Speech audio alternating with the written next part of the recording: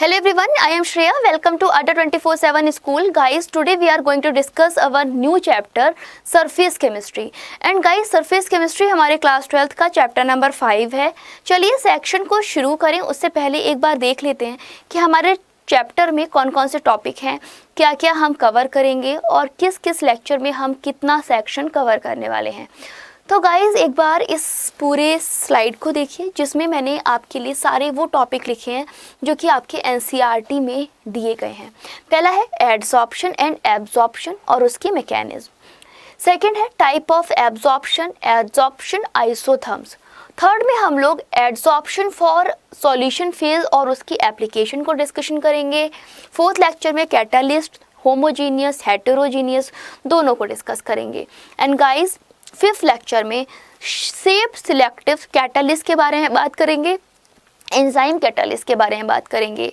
Lastly हम लोग colloids, उसके क्लासिफिकेशन का डिस्कशन करेंगे. कोलॉइड्स कैसे बनाए जाते हैं, उनकी क्या प्रॉपर्टीज़ है, इसको पढ़ेंगे. साथ में इमल्शन और लास्टली हम लोग एनसीईआरटी क्वेश्चन एंड आंसर को सॉल्व करेंगे.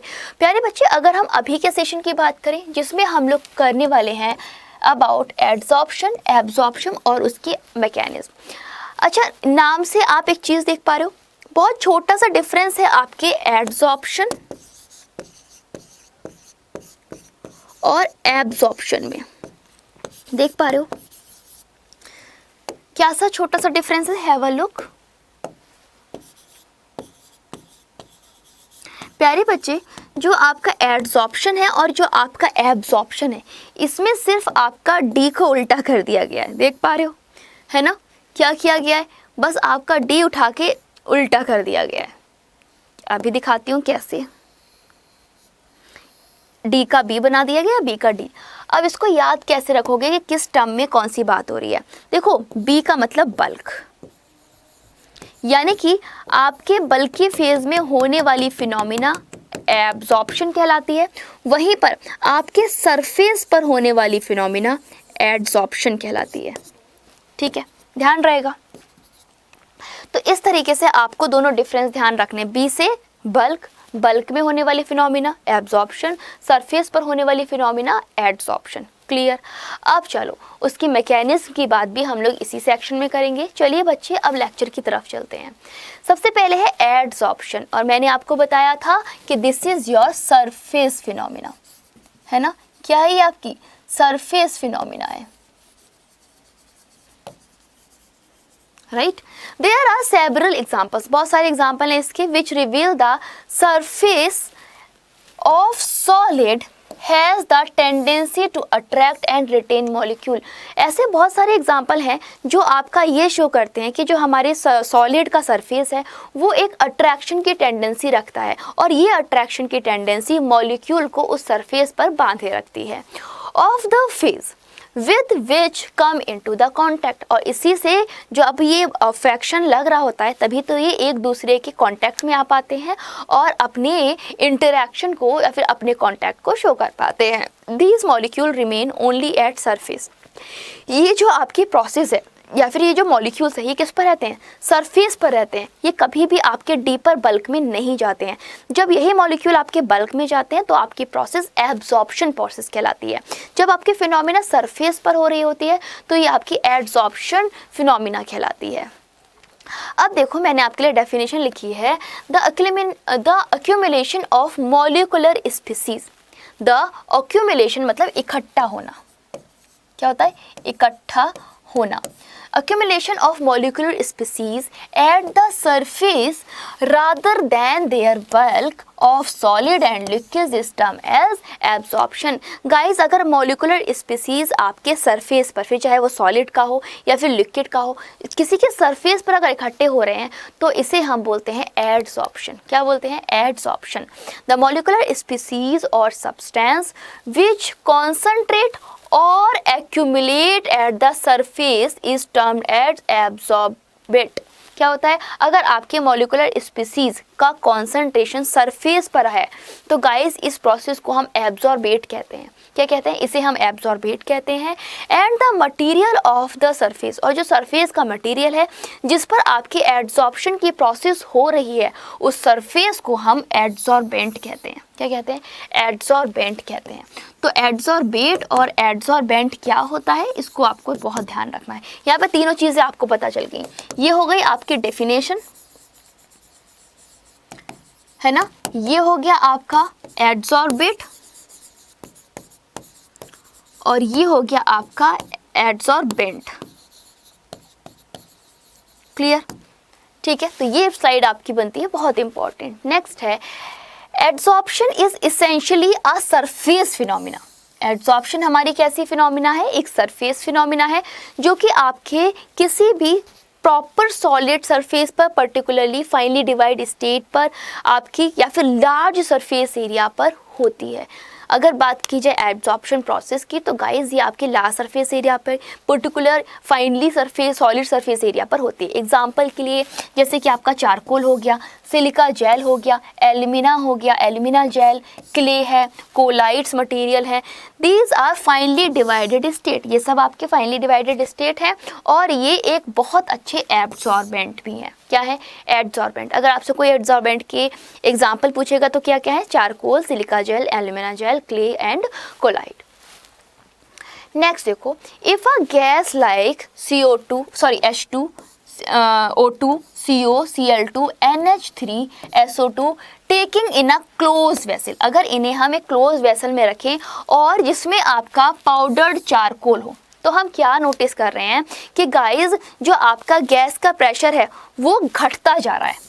उस वेसल में आपका गैस का प्रेशर घटता जा रहा है। क्यों? क्योंकि आपके गैस का उस चारकोल पर एब्जॉर्प्शन हो रहा है। The gas molecule concentrate eight the surface of the charcoal, जो आपका गैस मॉलिक्यूल है वो आपके चारकोल की सरफेस पर एब्जॉर्ब हो रहा है। These are absorb at the surface, यानी कि चारकोल की जो सरफेस है उस पर गैस एब्जॉर्ब हो रही है, इसी वजह से प्रेशर आपका घटता जा रहा है। In a solution of organic dye, अगर ऑर्गेनिक डाई की बात करें जैसे कि आपका methylene blue, when animal charcoal is added, जब आपका एनिमल चारकोल ऐड किया जाता है, सॉल्यूशन इज वेल शेकिन, तो आपका जो सॉल्यूशन होगा वो क्या होगा? बहुत अच्छे से शेक्ड होगा। और इससे क्या ऑब्जर्व हो रहा है? इससे ये ऑब्जर्व हो रहा है कि जब हमारे सॉल्यूशन को हमने प्रॉपर शेक किया तो गाइज इसका फिल्ट्रेशन कलरलेस हो जा रहा है, जैसे कि आपके टाइट्रेशन प्रोसेस में हो रहा है। कि ये टाइट्रेशन प्रोसेस वाली तो सीन है कि आपने ऑरेंज डाई को, जिसे हम मिथाइलिन ब्लू कहते हैं, जब इसे एनिमल चारकोल पर ऐड करते हैं तो ये कलरलेस हो जाती है। क्यों? मिथाइलिन ब्लू आपका एब्जॉर्ब हो जाता है उस चारकोल पर। ठीक है, द मॉलिक्यूल ऑफ डाई, ठीक है, to accumulate surface of charcoal that is are absorb, इसका मतलब ये आपके क्या हो गए? एब्जॉर्ब्ड हो गए। क्या हो गए? एब्जॉर्ब्ड हो गए। किस पर? चारकोल की आपके सरफेस पर मिथाइलिन ब्लू एब्जॉर्ब हो गया। दूसरा एग्जांपल देखो, aqueous solution of raw sugar, अगर रॉ शुगर की बात करें उसका aqueous solution, when passed over the bed of animal charcoal, जब आप रॉ शुगर को एनिमल चारकोल पर प्रवाहित करते हो तो यह कलरलेस क्रिस्टल्स बन जाते हैं एज कर्लिंग सब्सटेंस। क्यों बन जाते हैं? क्योंकि जो आपका चारकोल होता है वो उसके कलर को एब्जॉर्ब कर लेता है। ठीक है, अब इसी तरीके से एयर का देखो, the air become dry in the presence of silica gel, silica gel की प्रेजेंस में हमारी एयर ड्राई हो जाती है। क्यों हो जाती है? क्योंकि गाइस जो आपके वाटर मॉलिक्यूल हैं वो आपके सिलिका जेल के सरफेस पर एब्जॉर्ब हो जाते हैं, इस वजह से आपकी जो एयर है वो ड्राई हो जाती है। क्लियर? नेक्स्ट देखो, it is clear from the above example the solid surface can hold the gas and liquid molecule। अब ऊपर इतने सारे मैंने एग्जाम्पल दिए, इससे क्या क्लियर हुआ कि जो आपका सॉलिड सरफेस है वो आपके लिक्विड और गैस दोनों का एब्जॉर्प्शन कर सकता है by the virtue of absorption, है ना, दोनों को एब्जॉर्ब कर सकता है। किसके द्वारा? एब्जॉर्प्शन प्रोसेस के द्वारा।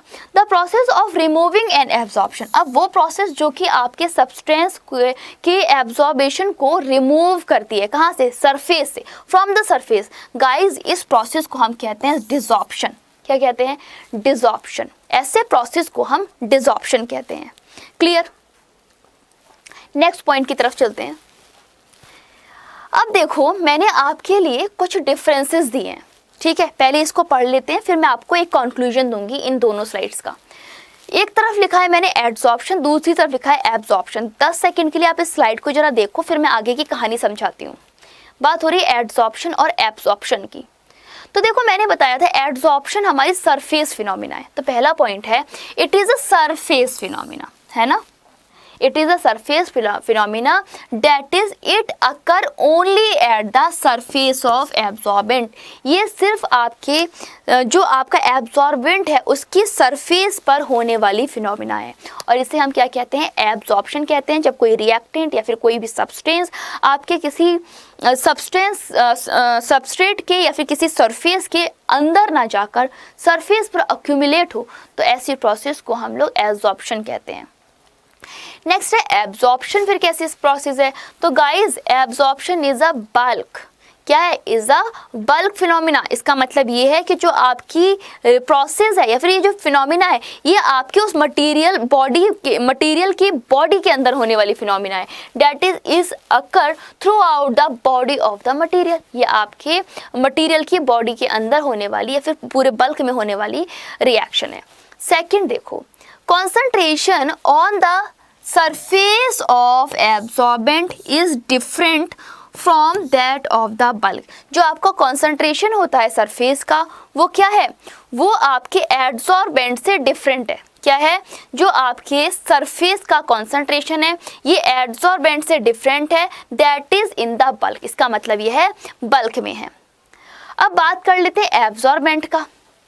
तो गाइज, इसमें जो आपका कॉन्सेंट्रेशन है वो थ्रू आउट द मटीरियल है। क्या है?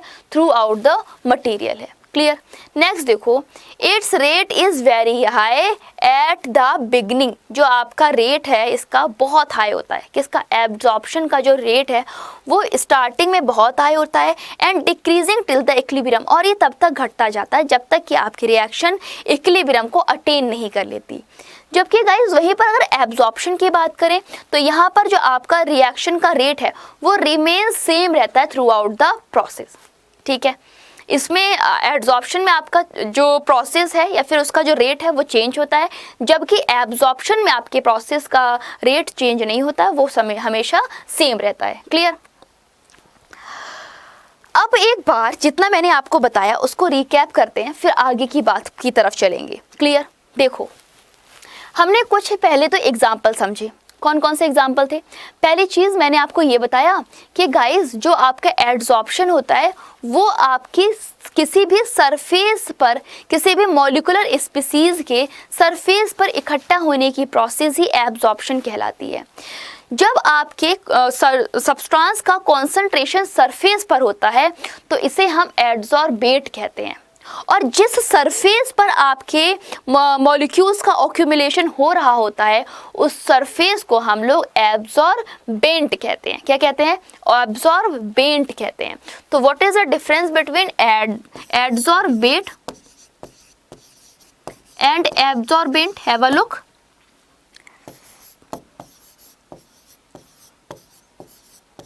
देखो कैसे होगा।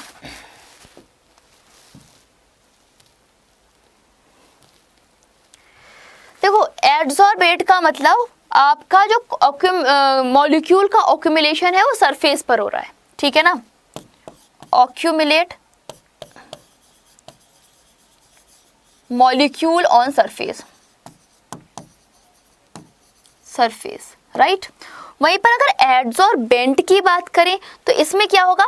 जिस सरफेस पर हो रहा है, ठीक है ना, surface of which adsorption take place.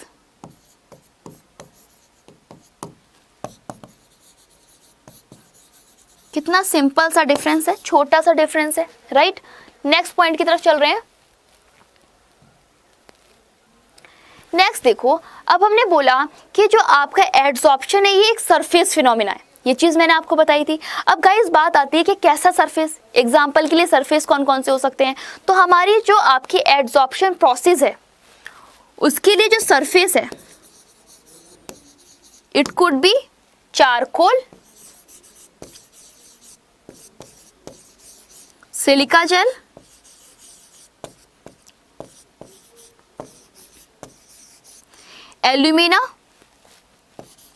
Alumina gel, clay और कोलॉइड मेटल्स। क्लियर? तो ये आपके 5-6 मतलब इस टाइप के सेक्शंस जो हैं ये आपके सरफेस होंगे जो कि एड्सॉर्प्शन को अंडरगो करते हैं। नेक्स्ट देखो, नेक्स्ट मैंने बताया कि अगर कोई आपकी सरफेस है, मान लो चारकोल की सरफेस है और वो आपकी किसी कंटेनर में भर कर रखी गई है। मान लो ये आपका कंटेनर है जिसमें आपकी चारकोल फिलअप है, this is your charcoal, right? ये आपका है चारकोल, ठीक है। अब ये जो आपका चारकोल है क्या करेगा ये, जस्ट अ मिनट बच्चे,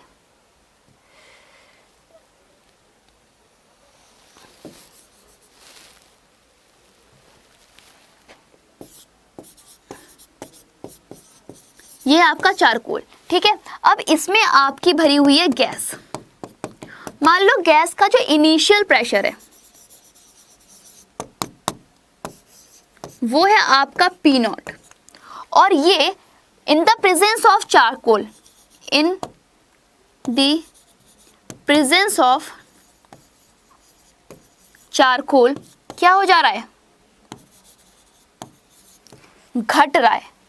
क्या हो रहा है, प्रेशर आपका घट के P रह जा रहा है। तो इसका मतलब क्या हुआ कि इस चारकोल ने इस गैस को अपने सरफेस पर एब्जॉर्ब कर लिया, इसलिए इस कंटेनर में, इस बंद कंटेनर में आपकी जो प्रेशर था वो कम हो गया। क्लियर?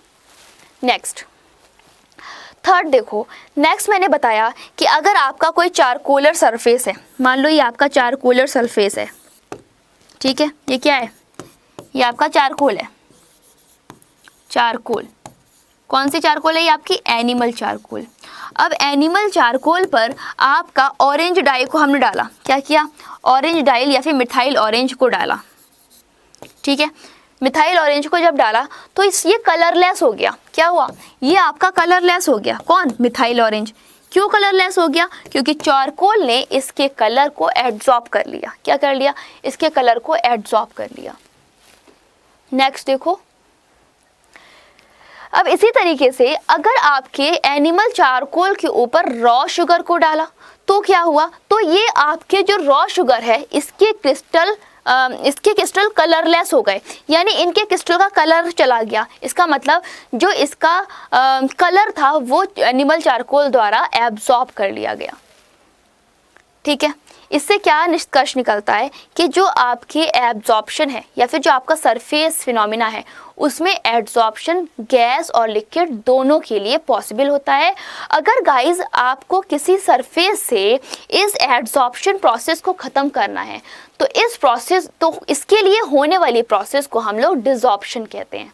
क्या कहते हैं, डिसॉर्प्शन कहते हैं, राइट। ये तो आपको समझ में आ गया। अब नेक्स्ट पॉइंट की तरफ चलते हैं कि क्या है हमारा डिफरेंस, जो मैंने आपको बताया कि गाइस ये हमारी सरफेस फिनोमिना होती है, ये हमारी बल्क फिनोमिना होती है। इसमें जो कॉन्सेंट्रेशन है वो आपका बल्क में होता है, यानी कि जब आपके एब्जॉर्बेंट की बात करें तो डिफरेंट ऑब्जर्वेंट के लिए डिफरेंट होता है, जबकि इसमें थ्रू आउट मटीरियल के लिए सेम रहता है।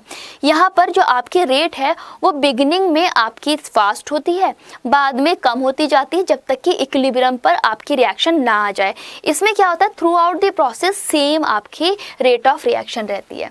गाइज अगर हम एड्सॉर्प्शन और एब्जॉर्प्शन दोनों को एक ही टर्म में समझाने की कोशिश करें तो गाइज इसके लिए एक वर्ड यूज़ किया जाता है जो कि है सॉर्प्शन। ये सॉर्प्शन वर्ड एड्सॉर्प्शन और एब्जॉर्प्शन दोनों की प्रोसेस को एक साथ एक्सप्लेन करता है। अब बात कर लेते हैं मैकेनिज्म ऑफ एड्सॉर्प्शन। क्या है मैकेनिज्म एड्सॉर्प्शन की, तो adsorption rise due to the fact that जो हमारे एड्सॉर्प्शन की प्रोसेस है वो क्यों राइज होती है, क्योंकि guys the surface particle of the adsorbent, जो आपके एडजॉर्बेंट के सरफेस पार्टिकल है, are not the same environment as the inside the bulk. जो आपके ऊपर सरफेस के पार्टिकल हैं वो आपके बिल्कुल वैसे नहीं है जैसे कि आपके बल्क के अंदर हैं, यानी आपके इनसाइड है मटेरियल के। Inside observant all the force acting between particle. Absorbent में क्या होता है, जो आपका फोर्स है वो कहाँ पे काम करता है, पार्टिकल के बीच में काम करता है और यह म्यूचुअली बैलेंस रहता है। बट ऑन द सरफेस, अगर हम सरफेस की बात करें, particle are not surrounded by the atom और मॉलिक्यूल। जो आपके पार्टिकल हैं वो एटम और मॉलिक्यूल के द्वारा सराउंडेड हो सकते हैं to there kind of all side. ठीक है, इसका मतलब ये हुआ कि जो आपके रिएक्शन है वो इनबैलेंस होगी और जो आपका फोर्स है वो फोर्स ऑफ अट्रैक्शन होगा। क्लियर। नेक्स्ट देखो, these forces are responsible for attracting the adsorbate. ये जो आपके फोर्स है, फिर फोर्स ऑफ अट्रैक्शन है, ये क्या कर रहा है, ये आपके पार्टिकल को सरफेस की तरफ अट्रैक्ट कर रहा है, जिससे कि आपके सरफेस पे नंबर ऑफ मॉलिक्यूल एक्यूमुलेट हो रहे हैं। द एक्सटेंट ऑफ एडजॉर्प्शन, ये जो आपके एडजॉर्प्शन की प्रोसेस है कितनी लंबी जाएगी, increases with increase surface area per unit. जैसे जैसे आपके एडजॉर्प्शन का सरफेस एरिया बढ़ता जाएगा वैसे वैसे ही आपके एडजॉर्प्शन की प्रोसेस भी बढ़ती जाएगी। अब ये जो आपका सरफेस है कितना लंबा जा रहा है, इस पर डिपेंड करेगा आपका एडजॉर्प्शन कितना हो रहा है। अगर आपका एडजॉर्प्शन ज्यादा हो रहा है, इसका मतलब जो आपके सरफेस एरिया है वो पर यूनिट वॉल्यूम भी इंक्रीज हो रहा है। क्लियर। मतलब ये हुआ कि अगर एब्जॉर्प्शन की बात करें तो टेम्परेचर और प्रेशर के साथ साथ वो आपके क्रॉस सेक्शन एरिया पर भी डिपेंड करता है। Another important factor of featuring absorption is the heat of absorption. ये जो आपका अगर अनदर फैक्टर की बात करें तो हमारा जो एब्जॉर्प्शन है ये आपके हीट ऑफ एब्जॉर्प्शन को भी एक्सप्लेन करता है। क्लियर। क्लियर। नेक्स्ट पॉइंट की बात कर लेते हैं गाइज। ड्यूरिंग एड्सॉर्प्शन के दौरान there is always a decrease in residual force. जब आपका एड्सॉर्प्शन की प्रोसेस होती है तो आपके सरफेस के रेजिडुअल फोर्स में कमी आती है। क्या आती है, कमी आती है। इसका मतलब ये हुआ कि there is a decrease in surface energy which appears as heat, कि आपके सरफेस एनर्जी में कमी आती है जो कि आपकी हीट की तरह दिखाई देती है। क्लियर। मतलब जितनी ज्यादा एड्सॉर्प्शन प्रोसेस उतनी ज्यादा exothermic process. Right. Yes guys, adsorption therefore inversely an exothermic process. Yes, right? Next, on other word, अगर दूसरे शब्दों में बात की जाए तो हमारी जो इंथैल्पी चेंज है वो क्या होगी। इसका मतलब ये हुआ कि हमारी इंथैल्पी चेंज नेगेटिव होगी क्योंकि हमारी रिएक्शन एक्सोथर्मिक हो रही है। इसका मतलब डेल्टा एच आपका नेगेटिव जाएगा। क्लियर।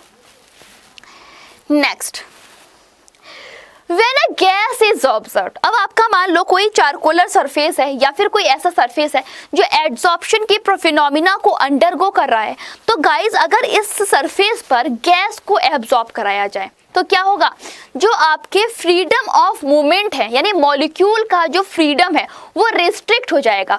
यानी जितने आपके मॉलिक्यूल फ्रीली मूव कर रहे थे उस वेसल में वो आपके उतने फ्रीली मूव नहीं कर पाएंगे, वो रिस्ट्रिक्ट हो जाएंगे। क्यों? क्योंकि आपका adsorption process force of affection रखता है, अट्रैक्शन रखता है, वो मॉलिक्यूल्स को सरफेस पर बांधता है। क्लियर। तो इसलिए आपका जो मॉलिक्यूल है वो रिस्ट्रिक्ट हो जाएगा, उसका मूवमेंट रिस्ट्रिक्ट हो जाएगा।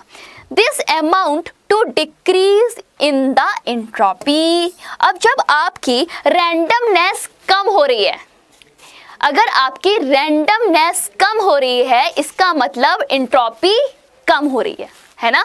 इसका मतलब इफ रैंडमनेस डिक्रीज, अगर आपकी रैंडमनेस डिक्रीज हो रही है इसका मतलब क्या हुआ, इसका मतलब ये हुआ कि जो आपका एंट्रोपी है वो भी आपकी डिक्रीज होगी। क्यों? क्योंकि आपकी रिएक्शन नॉन स्पॉन्टेनियस की तरफ जा रही है। क्लियर। आफ्टर द एब्जॉर्प्शन जो आपका डेल्टा एस आएगा वो निगेटिव आएगा, यानी कि रिएक्शन आपकी नॉन स्पॉन्टेनियस हो रही है, रिएक्शन फीजिएबल हो रही है। क्लियर। एब्जॉर्प्शन इज दस accompanied by decrease in enthalpy। आपका जो एड्सॉर्प्शन है कब हो सकता है, जब आपकी इंथैल्पी में कमी आए, as well as decrease in entropy, या फिर एंट्रोपी में कमी आए। तो ऐसे सिस्टम को या फिर ऐसी प्रोसेस को हम क्या कहते हैं, एड्सॉर्प्शन कहते हैं। क्या कहते हैं, एड्सॉर्प्शन कहते हैं, जिसमें आपकी एंट्रोपी में कमी आती है या फिर इंथैल्पी में कमी आती है ना। क्या क्या कमी आ रही है, आपका delta S and delta H, ये दोनों ही आपके डिक्रीज हो रहे हैं। किस में जा रहे हैं, निगेटिव में जा रहे हैं, यानी रिएक्शन आपकी एक्सोथर्मिक हो रही है।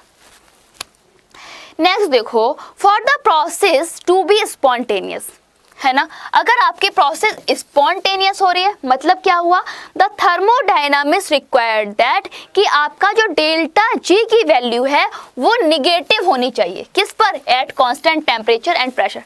कांस्टेंट टेम्परेचर प्रेशर पर आपके डेल्टा जी की वैल्यू निगेटिव है, इसका मतलब रिएक्शन फीजिएबल है ना।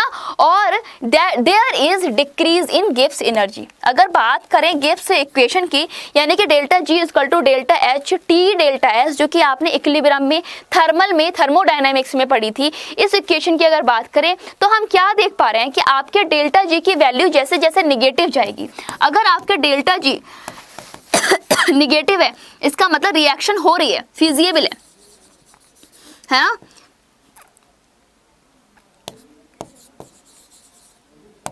ठीक है, रिएक्शन फीजिएबल है। और वहीं पर अगर आपका डेल्टा जी 0 है तो रिएक्शन इक्विलिब्रियम में है।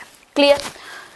On the basis of the equation can be negative, जो आपका डेल्टा जी है वो निगेटिव हो सकता है अगर आपके delta H sufficiently negative value में हो। अगर आपका डेल्टा जी एच निगेटिव है तो आपका डेल्टा जी भी निगेटिव होगा। मतलब ये हुआ कि जो आपके टी डेल्टा एस की वैल्यू है ये आपकी पॉजिटिव होगी।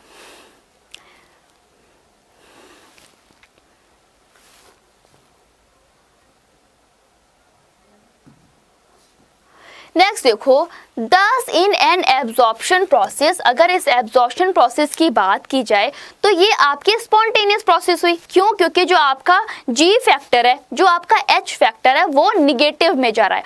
और अगर आपका जी फैक्टर या एच फैक्टर निगेटिव में जा रहा है, यानी कि आपकी रिएक्शन फीजिएबल है। In the absorption process delta H become less, है ना। अगर आपका डेल्टा एच लेस है, इसका मतलब ये निगेटिव होगा। वहीं पे अगर डेल्टा एच आपका इक्वल है टी डेल्टा एस के या फिर डेल्टा जी के, तो अगर आपका डेल्टा एच इक्वल है टी डेल्टा एस के, है ना, तो आपका जी क्या हो जाएगा, 0 हो जाएगा, यानी कि रिएक्शन आपकी इक्विलिब्रियम में चली जाएगी। टेक योर टाइम, 10 सेकेंड लो, और अगर कोई भी डाउट है तो आप कमेंट में लिख सकते हो, नहीं तो नेक्स्ट पॉइंट की तरफ चलेंगे। नेक्स्ट पॉइंट की बात कर लेते हैं। अब देखो इसमें कुल मिलाकर क्या हुआ कि जो आपकी एड्सॉर्प्शन प्रोसेस है ये आपकी एक स्पॉन्टेनियस प्रोसेस हुई। इसमें डेल्टा जी का मान निगेटिव में जा रहा है, यानी कि रिएक्शन आपकी फीजिएबल है। और रिएक्शन फीजिएबल होने का मतलब रिएक्शन आपकी पॉसिबल है, रिएक्शन हो सकती है। डेल्टा जी की वैल्यू अगर निगेटिव है, इसका मतलब डेल्टा एच भी आपका निगेटिव है। क्लियर।